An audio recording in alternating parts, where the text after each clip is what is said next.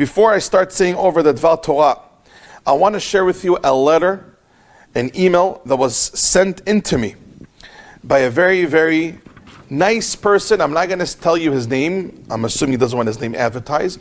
But here is another miracle. I'm telling you first-hand report. This is breaking news, Abutai. I'm advertising the story right now to all the Torah Time listeners. Dear Rabbi Rahimi, I have yet another story for you to add to your collection of open miracles happening to families who take upon themselves to learn the Sefer Chofetz Chaim Shmirat Lashon every single day and stop speaking Lashon Hara. So here, Rabbatai, we're about to share with you another ness of a very holy Jew that happened to him and his daughter, the family, when the family started learning Sefer Chofetz Chaim Shmirat Lashon. Quick story, he says, about myself. I am an eye doctor and my father is an eye doctor. And this is a very important detail to the story because we know what we're talking about when it comes to eyes. Just over a year ago, our family was blessed by Hashem with another healthy baby girl. A few months into her life, we noticed that one of her eyes was constantly watering down and having an infection in the eye, a recurrent. I knew right away as an eye doctor that this is a regular textbook. He says the name of the condition. I don't know vocab that well, so I can't say it over. But the eyes were getting clogged. But we didn't worry about it. Why? Since us as doctors, we know that 90% of such cases at this age of babies before their first birthday, it goes away on its own. So we weren't worried. As the months went by, another month, the condition wasn't going away. The eyes were not being cleared. If anything, it showed no signs of progressing, meaning if anything, it got worse, and they started getting worried. So as an eye doctor, and as the son of an eye doctor, and also the doctor of the baby, all agreed that unfortunately, we might have to do surgery on the baby. Now, for this type of surgery to happen, you need a general anesthesia, and nobody wants to do surgery unless you have to, and anesthesia is not safe for older people and for babies. So this was not an easy decision to make, but as eyes doctors, we noticed that it's not getting any better on its own, so unfortunately, you might have to do surgery. They decided they're going to make a schedule for the surgery. They're going to call after the Chagim. This happened around Elul time. They decided that after the holidays, after Tishrei, when the holidays are done, the Chagim, they're going to try to schedule an appointment for a surgery.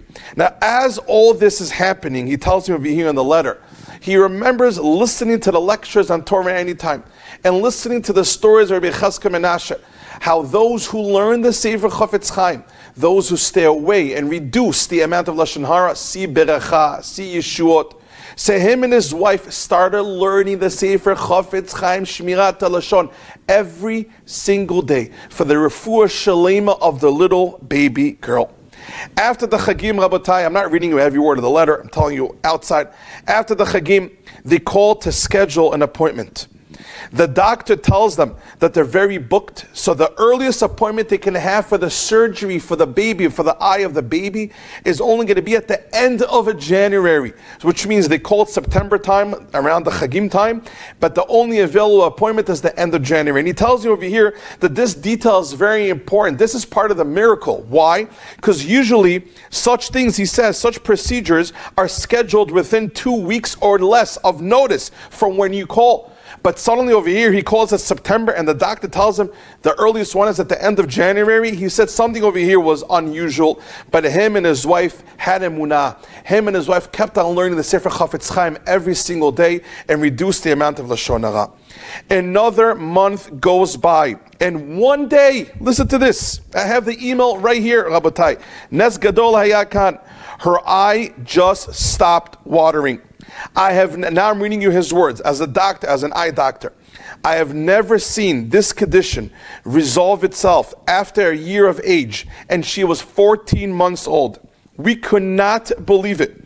I am telling you, Rabbi, that from a medical perspective, this was an open miracle. There is no reason that it should go away and be resolved at its own at the age of my daughter, other than Hashem intervening and doing an open miracle. Which means, Rabotai, this was a nes. We have an open miracle right here. Here is another story of a person, a doctor, and the son of an eye doctor, who said that 90% of such cases get resolved on their own before the first birthday of the baby. But once things get worse, and it's after 1 year of the baby, it cannot resolve on its own. And he's saying it as a doctor. But what happened? They learned to say for Chofetz Chaim, Shmirat Lashon, and boom, Hashem sent them a Yeshua, and the condition and the eyes of their daughter went away on its own, and they didn't even have to do surgery.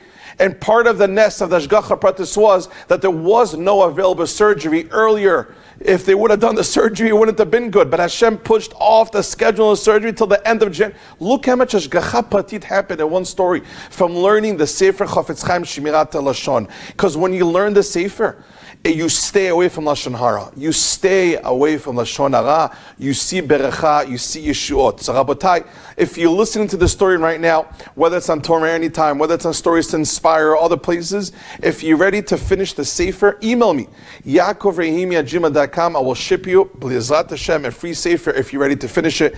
You're going to see only Berecha and only Yeshua.